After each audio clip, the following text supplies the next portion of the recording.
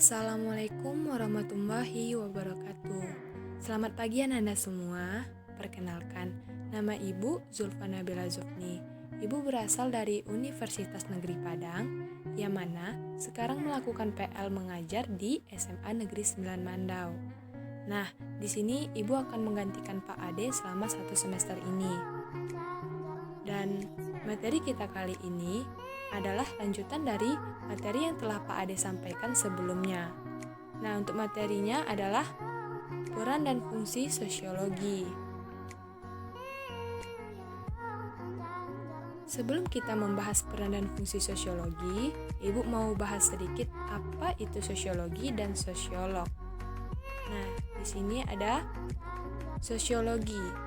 Sosiologi itu berasal dari dua kata, yaitu sosios dan logos. Yang mana arti sosios adalah kawan, berkawan, masyarakat, dan logos artinya ilmu. Kemudian sosiologi ini apa? Sosiologi adalah ilmu yang mempelajari tentang masyarakat. Nah, kemudian sosiolog. Sosiolog itu adalah orang yang ahli dalam bidang sosiologi atau ilmu kemasyarakatan. Kemudian objek sosiologi.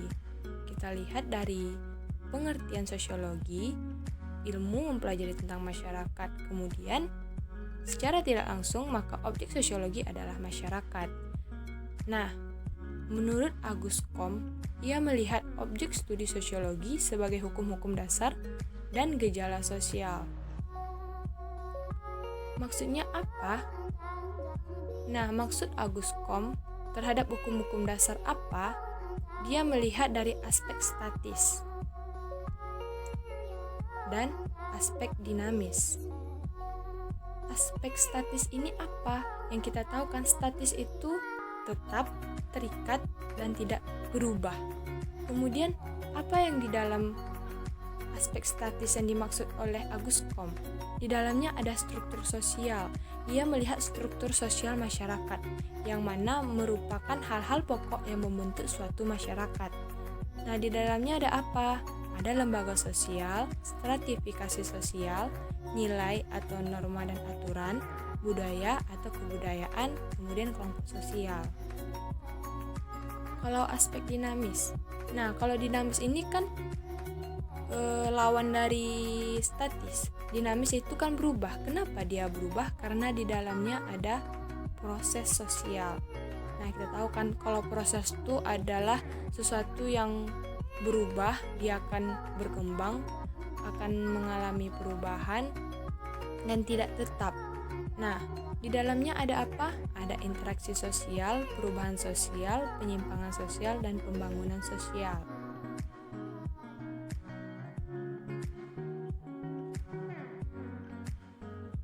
Kita lanjut ke peran sosiologi. Yang pertama adalah mengidentifikasi karakteristik masyarakat. Maksudnya apa? Maksudnya adalah perbedaan yang ada di masyarakat di suatu daerah. Berarti peran sosiologi sebagai ilmu, dia dapat membedakan masyarakat di suatu daerah, karakter masyarakat di suatu daerah. Contohnya aja di daerah perkotaan dan di daerah pedesaan. Nah, yang kita amati dan yang kita tahu, daerah perkotaan kan lebih modern dibanding di daerah pedesaan yang lebih tradisional. Salah satunya seperti itu. Nah, kemudian mempertahankan budaya asli masyarakat dengan tujuan mengantisipasi kepunahan suatu budaya. Jadi di sini peran sosiologi sebagai upaya mempertahankan budaya asli masyarakat, karena dia udah mengkarakteristikkan masyarakat nih. Contohnya di pedesaan. Misalnya kan kita tahu nih, di pedesaan itu kan budayanya kental. Jadi itulah peran sosiologi mempertahankan budaya asli masyarakat agar tidak mengalami kepunahan. Di samping itu, peran masyarakat juga sangat penting untuk mempertahankan budayanya. Kemudian ada membantu menyelesaikan masalah sosial dengan cara menginvestigasi pemicu munculnya masalah sosial dan resolusi konflik seperti apa yang bisa digunakan untuk mengurangi ketegangan. Jadi, dalam menyelesaikan masalah sosial, sosiologi itu dia menginvestigasi apa faktor-faktor penyebab pemicu munculnya masalah sosial dan konflik. Nah, itu yang dilakukan dalam sosiologi. Itulah perannya dalam menyelesaikan masalah sosial. Kemudian memandu agenda pembangunan. Sosiologi berperan menjelaskan secara detail kesejahteraan dalam hal apa yang diinginkan masyarakat. Apakah mungkin masyarakat sejahtera? Bagaimana caranya? Dan sebenarnya masyarakat mana yang dimaksud? Nah, contohnya aja kayak gini. Kita sekarang di masa pandemi. Jadi untuk kesejahteraan masyarakat itu kan menurun. Karena apa? Karena faktor ekonomi juga menurun, ya kan? Banyak yang kerjanya di PHK. Nah, di sini peran sosiologi juga ada. Contohnya tuh hal apa yang diinginkan masyarakat selama pandemi ini? Kayak ada kayak ada bantuan sosial atau seperti BLT. Nah, apakah dengan BLT itu masyarakat akan sejahtera? Itulah peran sosiologi. Dia akan melihat apa yang terjadi di masyarakat, kemudian dia memandu agenda pembangunan bangsa sehingga masyarakat ini tidak mengalami kesusahan. Maksudnya itu tujuannya itu mensejahterakan masyarakat. Nah, bagaimana caranya? Misalnya, bagaimana cara pembagian BLT? Misalnya didata dulu per RW, per desa, per kabupaten. Pokoknya itu ada cara-cara tertentu yang dilakukan oleh sosiologi untuk yang terakhir mengangkat derajat kaum tertindas. Nah, kita tahu sendiri kan selama pandemi ini yang miskin, yang kurang mampu semakin kurang mampu karena ekonominya terganggu. Nah, sosiologi memiliki peran untuk berpihak pada mereka yang hidup di strata bawah yang tertindas untuk diangkat derajatnya. Kemudian kita akan membahas peran sosiolog. Nah, kita tahu sosiolog itu adalah orang yang ahli dalam ilmu sosiologi atau kemasyarakatan. Nah, di sini ada di bidang riset. Yang pertama, dia mencari data guna menjernihkan kekeliruan dalam masyarakat. Nah, di sini peran sosiolog itu dia mencari suatu kebenaran dari fenomena-fenomena terjadi. Misalnya masyarakat pahamnya gini. Dia membenarkan pemahaman masyarakat terhadap sesuatu fenomena. Kemudian di bidang kebijakan pemerintah, yaitu membantu memperkirakan pengaruh kebijakan sosial yang mungkin terjadi.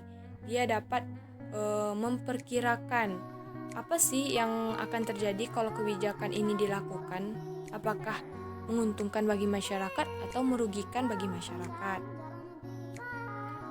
Di bidang teknis, sosiolog terlibat dalam perencanaan dan pelaksanaan kegiatan masyarakat. Kemudian di bidang pendidikan, sosiolog mentransformasikan ilmu-ilmu kemasyarakatan. Biasanya ini dilakukan oleh tenaga pendidik seperti guru. Nah, selanjutnya ada fungsi sosiologi. Yang pertama, sosiologi sebagai perencanaan sosial yang bertujuan untuk mengantisipasi berbagai masalah yang timbul di masyarakat. Yang kemudian, sosiologi dalam penelitian. Nah, fungsi kedua dari sosiologi adalah dalam penelitian. Ini untuk menganalisa kondisi masyarakat dengan metode ilmiah dengan menggunakan observasi dan eksperimen. Dalam sosiologi, penelitian berguna untuk memberikan gambaran mengenai kehidupan masyarakat. Kemudian yang ketiga adalah sosiologi bagi pembangunan. Apa saja? Nah, yang pertama dari tahap perencanaan. Tahap perencanaan ini pertamanya kita perlu mengadakan melihat atau mengidentifikasi kebutuhan-kebutuhan masyarakat, seperti dilihat dari pola interaksi sosialnya, kelompok sosialnya, lembaga sosialnya, serta stratifikasi sosial di masyarakat. Karena kita akan melihat nih, apa sih kebutuhan masyarakat ini untuk dilakukan suatu pembangunan, apa yang dibutuhkan masyarakat. Untuk tahu apa yang dibutuhkannya, maka kita akan melihat dari pola-pola interaksinya. Kemudian, tahap pelaksanaan. Tahap pelaksanaan ini bertujuan untuk melakukan pengawasan terhadap kekuatan sosial dan perubahan sosial di masyarakat. Nah, tahapan pelaksanaan ini kemudian akan dibarengi dengan dan diakhiri dengan tahap evaluasi. Maksudnya di sini yang mana tahap evaluasi ini berfungsi melakukan dalam penilaian, melakukan atau menilai sejauh mana keberhasilan pembangunan, kemudian dilakukan perbaikan, penambahan, dan peningkatan. Yang terakhir adalah sosiologi sebagai pemecahan masalah sosial, yaitu pertama metode antisipatif. Nah, antisipasi, kita tahu kan antisipasi, ibarat sedia payung sebelum hujan. Nah, itu tuh metode ini digunakan agar masalah sosial itu tidak terjadi. Maksudnya berupa tindakan yang sifatnya pencegahan serta mempersiapkan untuk sesuatu yang mungkin terjadi. Kemudian metode represif. Di sini berupa tindakan lah. Maksudnya represif itu kan seperti kayak adanya sanksi.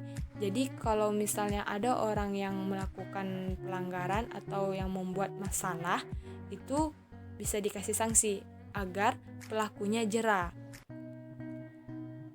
Contohnya seperti masalah kriminal, kan dikasih sanksi tuh, yang melakukan tindakan kriminal akan dipenjara sesuai dengan pasal dan apa yang dilakukannya. Nah, kemudian yang terakhir adalah metode restitusi, yakni berupa tindakan pemberian penghargaan kepada seseorang yang menaati hukum. Nah, sekian pembahasan dari Ibu. Untuk lebih lanjutnya, Ananda bisa membaca bahan ajar yang Ibu sampaikan, yang Ibu bagikan tadi. Terus Ibu mau Ananda juga membuat tugas dari yang Ibu share juga di Google Classroom. Untuk itu sekian dari Ibu. Assalamualaikum warahmatullahi wabarakatuh.